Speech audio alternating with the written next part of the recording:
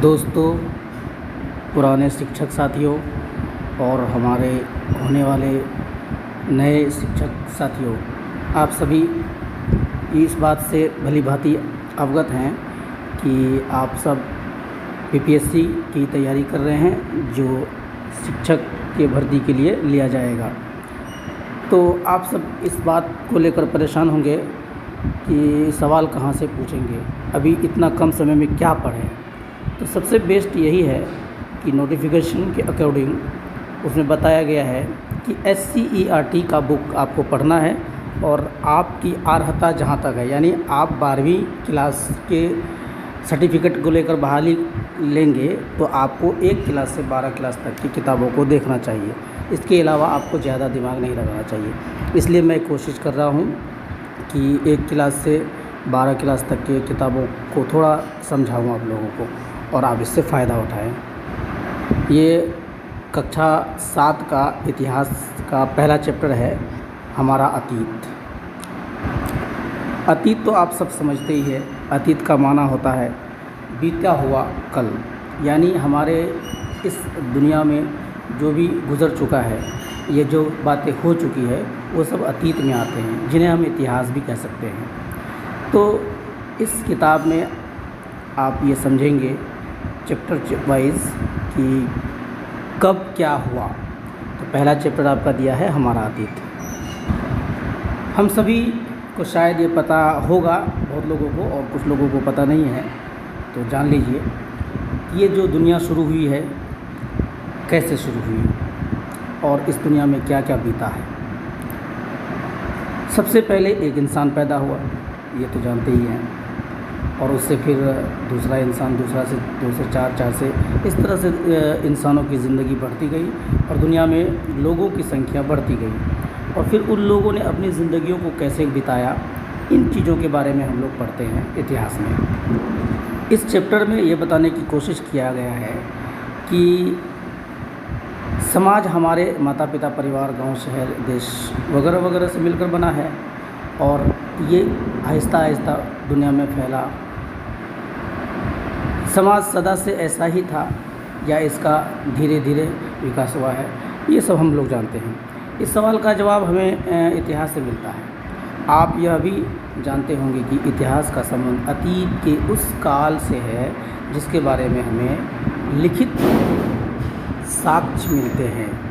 इसके अलावा अतीत का एक काल वह भी है जिसके बारे में हमें पता नहीं है। मतलब बहुत सारी बातें ऐसी भी है जो किताबों में लिखी गई है और बहुत सारी बातें ऐसी भी है जो किताबों में नहीं लिखी गई है। ये देखिए, आप सब इन बातों को समझने की कोशिश कीजिए, तो जब भी आपसे प्रश्न पूछेंगे तो आप उसका उत्तर दे सकते हैं। मेन बात क्या है कि बात को समझना है, हुआ क्या, ये सब ठीक है। कुछ बातें ऐसी है, हमने बताया आपको कि किताबों में मिलती है, कुछ बातें किताबों में नहीं मिलती है। जो हमें पता चलता है, यानी जिससे हमें पता चलता है कि कुछ बातें अगर किताबों में नहीं है तो उनकी जानकारी कैसे मिली। जी, उनकी जानकारी हमें ज़मीन में दबे हुए बहुत सारे चीज़ों से, जैसे अवशेषों से, वस्तुओं से, सिक्कों से, अभिलेखों से मिलती है। यानी जो चीज़ें किताब में लिखी हुई नहीं है, अवशेषों से जिन बातों का हम पता लगाते हैं उन्हें पूर्व ऐतिहासिक काल कहा जाता है। इस बात को ध्यान में रखिए कि जिन चीज़ों के बारे में हम अवशेषों से पता करते हैं उसको पूर्व ऐतिहासिक काल कहते हैं। इतिहासकार हमें इतिहास से ही बहुत सारी जानकारियाँ देते हैं, यानी इतिहास में उन्होंने लिख दिया है, उनको आज हम लोग पढ़ते हैं और बहुत सारी बातों को जानते हैं। इन्हीं तमाम साधनों या स्रोतों के आधार पर इतिहासकार हमें अतीत के बारे में जानकारी देते हैं। मनुष्य की उत्पत्ति कैसे हुई, उसने कैसे साथ मिलकर रहना आरंभ किया, इन सारी बातों की जानकारी हमें इतिहास से मिलेगी। तो चलिए अच्छा से समझने की कोशिश करते हैं। इस जगह मैं आप सबको समझाऊंगा कि मनुष्य अपने विकास कैसे किए। सबसे पहले आप इतिहास की पृष्ठभूमि अर्थात उसकी बुनियादी बातों को समझने की कोशिश कीजिए। किसी भी मानव समूह या समाज का विकास एक निर्धारित स्थान पर होता है। इस विकास में स्थानीय परिस्थितियाँ, भौगोलिक स्थिति, पर्यावरण की विशेषता सभी का योगदान होता है। कभी आपने विचार किया है कि नदी, घाटियाँ, आरंभिक सभ्यताओं का विकास क्यों हुआ? आप ध्यान देंगे कि नदियों के विस्तार ही उपजाऊ भूमि का बाहुल्य था। यहाँ खेती का काम आसान था। नदियों के रास्ते मतलब कहने का मतलब ये है कि इंसान उन जगहों पर बसने की कोशिश किया जहाँ उनकी ज़रूरतें आसानी से पूरी हो सकती थी। जैसे कि उन्हें पानी चाहिए था, पहले नल नहीं थे, कुएँ भी नहीं थे और इस तरह के पानी के साधन नहीं थे। खाने पीने के लिए उन्हें क्या चाहिए, उन चीज़ों का भी साधन ठीक से नहीं था। तो नदियों का किनारा का जो ज़मीन होता है वो उपजाऊ होता है। तो इंसान आहिस्ता आहिस्ता क्योंकि सीख चुका था अपने खेती करने के लिए। देखिए किताब में जितनी बातें लिखी हुई है, आप एक तरफ से अगर सबको पढ़ेंगे तो आपको बहुत समय लगेगा। इसलिए हम कोशिश करेंगे कि जो मेन पॉइंट है उन चीज़ों को आपके सामने जाहिर करें। इतिहास शुरू से अब तक जो लिखी गई है उनको पूरा आप एक ही रूप में नहीं पढ़ेंगे, उनको विभिन्न रूपों में विभाजित किया गया है, जिन्हें इतिहास काल कह सकते हैं आप। तो कौन सा काल को क्या कहा गया है, कब कितने से कब तक को कौन सा काल कहा गया है, इन चीज़ों के बारे में आपको हम बताते हैं। कुल मिलाकर आप लोग ये समझिए कि आपका जो 7th क्लास का इतिहास का बुक है, पहला चैप्टर में सिर्फ आपको ये बताया गया है कि आपको इस पूरे बुक में क्या पढ़ना है, पूरे किताब में क्या पढ़ना है इतिहास में 7th क्लास में। तो इस चैप्टर में सिर्फ अब बताया गया है कि पूरे चैप्टर में क्या पढ़ना है, ज़्यादा कुछ नहीं है इस चैप्टर में। इसलिए आप इस चैप्टर का चिंता मत कीजिए और इस तरह से आपका पहला चैप्टर जो है पूरा होता है। उसके बाद चलेंगे हम लोग इसके बाद दूसरा चैप्टर पर। ये आपका दूसरा चैप्टर है 7th क्लास का। चैप्टर का नाम है क्या, कब, कहाँ और कैसे। यहीं से आप थोड़ा समझने की कोशिश की। यहीं पे बता दिया क्या मतलब क्या क्या, कहाँ क्या हुआ, कब हुआ, कहाँ हुआ और कैसे हुआ। इन चीज़ों के बारे में आपको इस चैप्टर में पढ़ाया जाएगा। जैसे कि आप अगर ये पता करना चाहेंगे कि कल क्या हुआ तो आप टीवी में या अखबार में पढ़कर आप पता कर सकते हैं। और 10 साल 20 साल पहले क्या हुआ या आप अपने दादा दादी नाना नानी से भी पता कर सकते हैं। लेकिन 100 वर्ष 200 वर्ष 500 वर्ष 1000 वर्ष पहले क्या हुआ, ये आप अपने दादा दादी या नाना नानी से पता नहीं कर सकते हैं। ये आप पता करने के लिए आपको इतिहास का सहारा लेना ही होगा। तो इन बातों को पढ़ने के लिए जब से इतिहास लिखी गई है तब से अब तक इन सारी घटनाओं को मुख्यतः 3 भागों में बांटा गया है। नंबर 1 प्राचीन काल, याद रखिएगा। नंबर 2 मध्यकाल और नंबर 3 आधुनिक काल। मतलब इन पूरे इतिहास को 3 भागों में बांटा गया है। तो प्राचीन काल कब से कब तक, मध्यकाल कब से कब तक और आधुनिक काल कब से कब तक। इन चीज़ों को आप मेन ध्यान में रखिएगा, इनसे आपका प्रश्न बन सकता है। भारत में, हमारे इस देश में प्राचीन काल जो माना गया है वो मानव की जाति के आरंभिक क्रियाकलापों से, यानी जब से इंसानों ने कुछ करना सीखा और उनको लिखा गया, तब से लेकर 8वीं शताब्दी तक। अब आप शायद ये सोच रहे होंगे कि शताब्दी किसे कहते हैं। मैं थोड़ा सा उन लोगों के लिए बोल देता हूँ जिन लोगों को पता नहीं है। जो लोग जानते हैं वो बुरा नहीं मानेंगे। शताब्दी उसे कहते हैं जिसमें अगली 100 साल की जो अवधि चलती है। यानी आप ये बोलिए कि 200 से 300 वर्ष के बीच का जो समय रहेगा वो एक शताब्दी कहलाएगा। और इस शताब्दी का नाम अगले जो वर्ष होगा, अगले 100 वर्ष, उसको लेकर बोला जाता है। जैसे कि 200 से 300, यानी 200 से 300 के बीच को एक शताब्दी बोलेंगे तो ये तीसरी शताब्दी बोलेंगे, 300वीं शताब्दी, सॉरी तीसरी नहीं 300वीं, सॉरी माफ़ कीजिएगा, तीसरी शताब्दी। 100 को 1 बोलेंगे, 200 को 2, 300 को 3, तो 200 से 300 के बीच तो तीसरा है, इसलिए ये तीसरी शताब्दी हो जाएगा।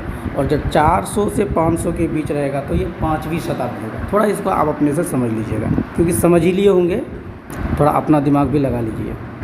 तो आप ये ध्यान रखिएगा कि भारत में जो प्राचीन काल की शुरुआत हुई वो मानव जाति के आरंभिक समय से लेकर 8वीं शताब्दी तक, यानी 700 से 800 ईस्वी तक का जो समय है, यहाँ तक इस समय को एक ईस्वी से लेकर 800 ईस्वी तक का समय को कहा गया है प्राचीन काल। और इसका दूसरा नाम पूर्व ऐतिहासिक काल भी है, ये भी ध्यान रखिएगा। इस काल में कुछ इम्पोर्टेंट बातें हैं, इन चीज़ों को आप ध्यान में रखिएगा। इस काल में मनुष्यों ने आग का आविष्कार किया और पहिए का उपयोग करना सीखा, खेती भी करना सीखा, पशुपालन भी सीखा, और इस समय गांव एवं कस्बों तथा शहरों का विकास भी हुआ। 6ठी शताब्दी से ईसा पूर्व, माफ़ कीजिएगा मैंने आपको ईस्वी बोल दिया था, यहाँ पर ये ध्यान रखिएगा ईसा पूर्व, सॉरी थोड़ा देखने में भूल हो गया था। ये जो प्राचीन काल है वो 1 ईस्वी से 8वीं शताब्दी तक का ही समय को माना गया है, ये सही है। फिर उसके बाद मनुष्यों ने काफ़ी विकास करना शुरू कर दिया और 750 ईस्वी तक ये राज्य धीरे धीरे कमज़ोर पड़ने लगे, परंतु व्यापार एवं नगरों का फिर से विकास हुआ। 11वीं शताब्दी तक नए सैन्य साधन और उन्नत उत्पादन तकनीक का विकास हुआ। इस्लाम के माध्यम से नई विचारधारा का भारत में आगमन हुआ और पुनः भारत में विशाल साम्राज्य। मैंने सिर्फ ये कोशिश की है जो चीज़ ज़रूरी है उन चीज़ों को मैं आपको छांट के बताने की कोशिश कर रहा हूँ, ताकि आप जल्दी पूरी किताब का निचोड़ ले सकें। मानव जाति की इतिहास की जानकारी हमें बहुत सारे स्रोतों से मिलती है, जैसे कि लिखी गई बहुत सारी पुस्तकें हैं और इनमें राजाओं एवं आम लोगों के जीवन, धार्मिक विचार एवं सामान्यताएँ, औषधियाँ मतलब दवाई वगैरह के बारे में, तथा विज्ञान उन लोगों ने क्या तरक्की किया, कैसे किया, इन चीज़ों की जानकारी भी हमें लिखित मिलती है। सभी प्रकार के विषयों की चर्चा मिलती है। ये पुस्तकें हाथ से लिखित होने के कारण, हाँ ये जान लीजिए कि उस समय जिन पुस्तकों को हाथ से लिखा गया था उन पुस्तकों को पांडुलिपि, ध्यान रखिएगा, पांडुलिपि कही जाती है। ये पांडुलिपियाँ प्रायः ताड़पत्रों अथवा भोजपत्रों पर लिखी जाती थी। ये पॉइंट है, ताड़पत्रों अथवा भोजपत्रों पर लिखी जाती थी।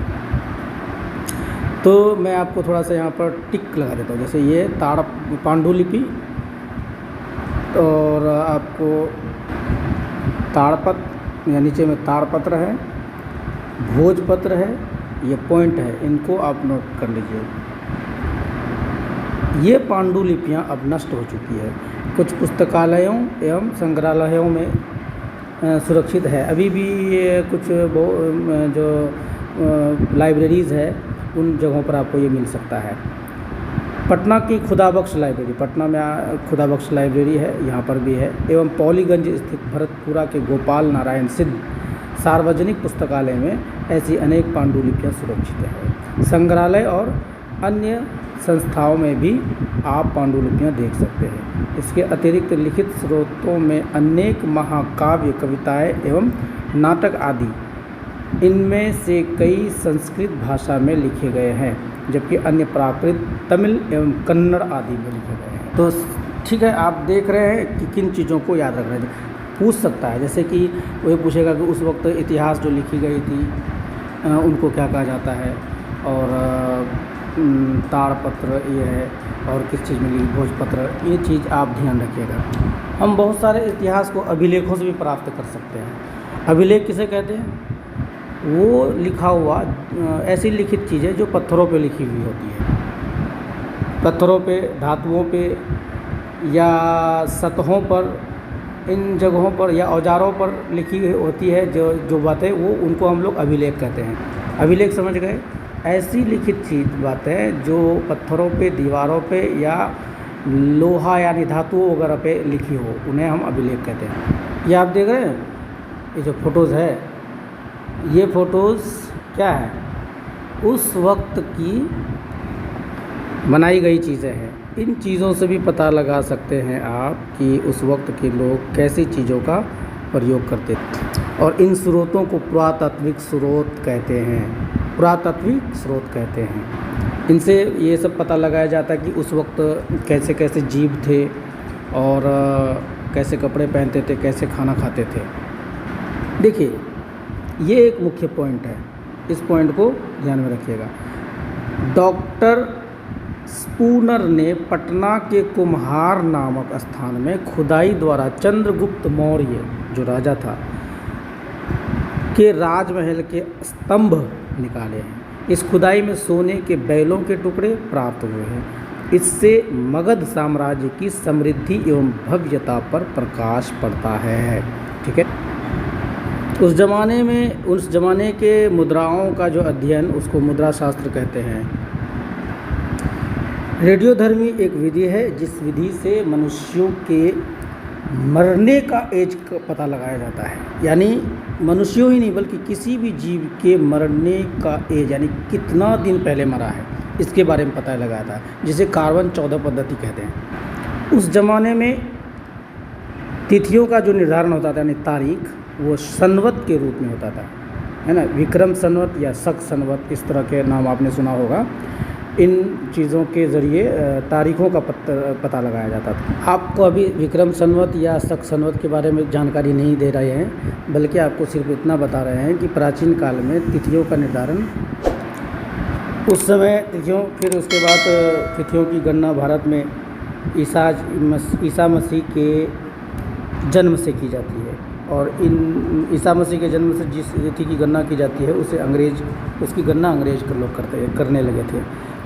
ईसा मसीह के जन्म के दिन को शून्य माना जा रहा था, और उससे पहले को ईसा पूर्व यानी BC, और उसके बाद वाले समय को ईसा ईस्वी यानी बाद में, यानी जिसको हम लोग AD पढ़ सकते हैं। यहाँ पर दिया हुआ है, आप देख रहे हैं, ये जो दिख रहा है।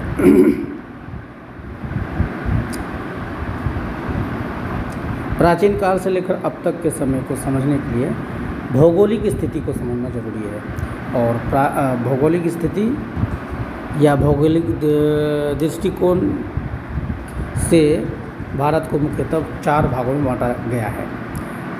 उत्तर के पर्वतीय प्रदेश जो तराई के जंगलों से प्रारंभ होकर वे हिमालय के शिखर तक फैले हुए हैं, इसमें कश्मीर, कांकड़ा, कुमायूं तथा सिक्किम के प्रदेश सम्मिलित हैं। उत्तर का मैदान जो अपनी उपजाऊ भूमि और अधिक पैदावार के लिए प्रसिद्ध है, इसमें सिंधु, गंगा, यमुना और सहायक नदियों से सिंचाई का काम होता है। यह देश का सर्वाधिक उपजाऊ क्षेत्र है। दक्षिण के पठार के अंतर्गत उत्तर में नर्मदा एवं ताप्ती नदी बहती है। इस भाग में विंध्य तथा सतपुड़ा की पहाड़ियाँ हैं जो उत्तर भारत को दक्षिण भारत से पृथक करती है। सुदूर दक्षिण के मैदान में गोदावरी, कृष्णा तथा क्या लिखा हुआ है इस जगह के उपजाऊ डेल्टा वाले प्रदेश मिले हैं। इस जगह पे आप ये जो 4 भाग है ना, मेन चीज़ आपको ये ध्यान में रखना है कि उत्तर में क्या क्या है और दक्षिण में क्या क्या है। जैसे यहाँ देखिए, उत्तर के पूर्वी पर्वतीय प्रदेश जो तराई के जंगलों से प्रारंभ होकर हिमालय के शिखर तक फैले हुए हैं। ये कहाँ से कहाँ तक है, इन चीज़ों को आप पढ़ लीजिएगा। इस जगह मैं पढ़ देता हूँ, आप इनको याद कर लीजिएगा, या इस जगह मेन पॉइंट्स को ध्यान में रख लीजिएगा। भारतीय उपमहाद्वीप के उत्तरी सीमा पर स्थित पर्वत श्रृंखला भारतीय उपमहाद्वीप को पश्चिमी तथा मध्य एशिया से अलग करते हैं। लेकिन इन पर्वतों के अनेक रास्ते, यानी दर्रे यहाँ पर जो है रास्ते हैं, जैसे खैबर, बोलन एवं गोमल दर्रा। इन दर्रों के माध्यम से भारत का संपर्क अफगानिस्तान तथा ईरान से बना रहता है। दर्रे पहाड़ियों के बीच के संकरे रास्ते होते हैं। भारतीय उपमहाद्वीप के उत्तर पश्चिमी क्षेत्र में ही मेहरगढ़ जैसे स्थान है, जहां लगभग 6000 ईसा पूर्व में लोगों ने सबसे पहले गेहूं तथा जौ जैसी फसलों को उपजाना शुरू किया था। इस पॉइंट को याद रखिएगा, ठीक है। जैसे जौ और गेहूं भारत के किन एरियाज़ में पहले उगाना शुरू किया था। भेड़, बकरी तथा गाय, बैल जैसे पशुओं को पालतू बनाना शुरू किया। उत्तर पश्चिम क्षेत्र में ही सिंधु एवं इसकी सहायक नदियां बहती हैं। सहायक नदियों आगे चलकर एक बड़ी नदी में मिल जाती है। लगभग 4700 साल यानी 2500 ईसा पूर्व साल पहले इन्हीं नदियों के किनारे नगरीय सभ्यता का विकास हुआ। जब नगरों का विकास हुआ तो फिर व्यापारिक संबंध भी बढ़ने लगे। लोग एक दूसरे से व्यापार कर रहे थे, इन सब बातों को थोड़ा सा ज़रूरी नहीं है पढ़ना। अब थोड़ा सा यहाँ पर आइए, देश का नाम यानी भारत का नाम इंडिया कैसे पड़ा या भारत कैसे पड़ा, इन चीज़ों के बारे में अब विस्तृत जानकारी दी गई है। हम अपने देश के लिए प्राय इंडिया तथा भारत जैसे नामों का प्रयोग करते हैं। इंडिया शब्द इंडस से निकला है, जिसे संस्कृत में सिंधु कहा जाता है। ध्यान रखिएगा, इंडस शब्द सिंधु से निकला है, ये पॉइंट है। इंडस शब्द सिंधु से निकला है। लगभग 2500 वर्ष पहले उत्तर पश्चिम की ओर से आने वाली ईरानियों और यूनानियों ने सिंधु को हिंदोस, किन्ने, ईरानियों और यूनानियों, ईरान के लोग और यूनान के लोग जो आए थे इंडिया में सिंधु के एरियाज़ में, तो उस सिंधु को हिंदोस कहने लगे वो लोग, अथवा इंडोस। हिंदोस से अब इंडोस हो गया कहा, तथा इस नदी के पूर्व में स्थित भूमि प्रदेश को इंडिया कहा। फारसी में यही शब्द हिंद, अब देखिए यही शब्द क्या हो गया, इंडोस शब्द हिंद बन गया एवं हिंदुस्तान जैसे नामों की उत्पत्ति का कारण था। इसी तरह एक दूसरी मान्यता के अनुसार इस देश का नाम भरत नामक मानव समूह के नाम पर पड़ा, जो उत्तर पश्चिम क्षेत्र में रहते थे। इसका उल्लेख ऋग्वेद लगभग 1500 ईसा पूर्व में मिलता है। इसकी जानकारी आपको ऋग्वेद में, इन पॉइंट्स को भी ध्यान में रखिएगा। अतः प्राप्त स्रोतों एवं साक्ष्यों के आधार पर आप प्राचीन भारत के इतिहास को आगे अध्यायों में पढ़ेंगे। इस तरीके से आपका दूसरा चैप्टर भी पूरा हुआ। ज़्यादा कुछ आपको याद नहीं रखना है, जो मेन पॉइंट्स है उन चीज़ों को याद रखना है। फिर मैं अगला चैप्टर 1 या 2 चैप्टर को एक साथ लेकर आऊँगा। छोटा चैप्टर रहेगा तो 2 लाऊँगा, बड़ा चैप्टर रहेगा तो 1 लाऊँगा, और आप इससे फ़ायदा उठाएंगे। ठीक है, शुक्रिया, बाय।